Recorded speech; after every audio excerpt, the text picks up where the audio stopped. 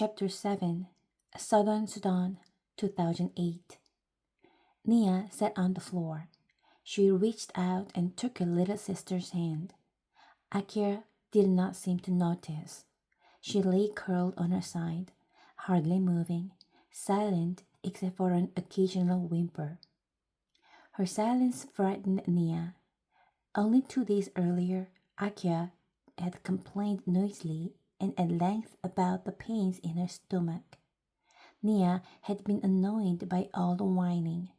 Now she felt guilty, for she could see that her sister no longer had enough strength to complain. Nia knew many people who suffered from the same illness. First cramps and stomachache, then diarrhea. Sometimes fever too.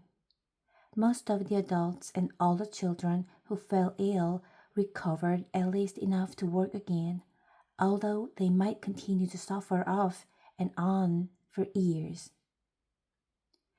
For the elderly and for small children, the illness could be dangerous. Unable to hold anything in their systems, many of them starved to death, even with food right in front of them. Nia's uncle, the chief of their village, knew of a medical clinic a few days' walk away. He told Nia's family that if they could take Akira there, doctors would give her medicine to help her get better. But a trip like that would be very difficult for Akira. Should they stay at the camp and let her rest so she might heal on her own? Or should they begin the long hard walk and hope they reached help in time? Southern Sudan, 1985. The walking began again. Sava shook with terror inside and out. He clung to Uncle like a baby or a little boy, hanging on to his hand or shirt tail when he could, never letting Uncle get farther than an arm's length away. He looked around constantly. Every movement in the grass was a lion stalking, every stillness a lion waiting to spring. Mariel was gone, vanished into the night. He would never have wandered away from the grip on his own. His disappearance could mean only one thing: lion. A lion had been hungry enough to approach the group as they slept. A few men had been keeping watch, but in the dark of the night, with the wind rippling through the long grass, the lion could easily have crept close without being seen. It had sought out prey that was small and motionless, Mariel, sleeping.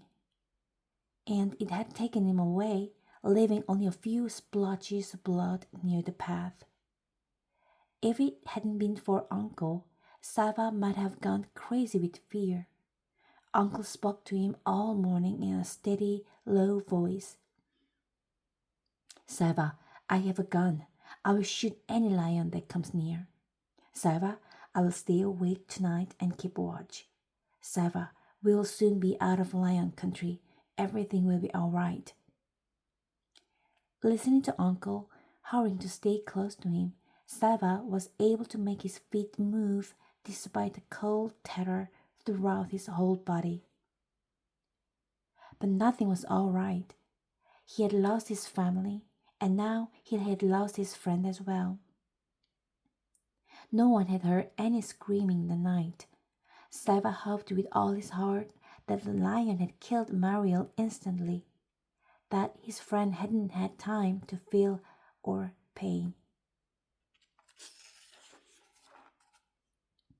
The landscape grew greener. The air smelled of water. The Nile, Uncle said. We'll soon come to the Nile River and cross to the other side. The Nile, the longest river in the world, the mother of all life in stone.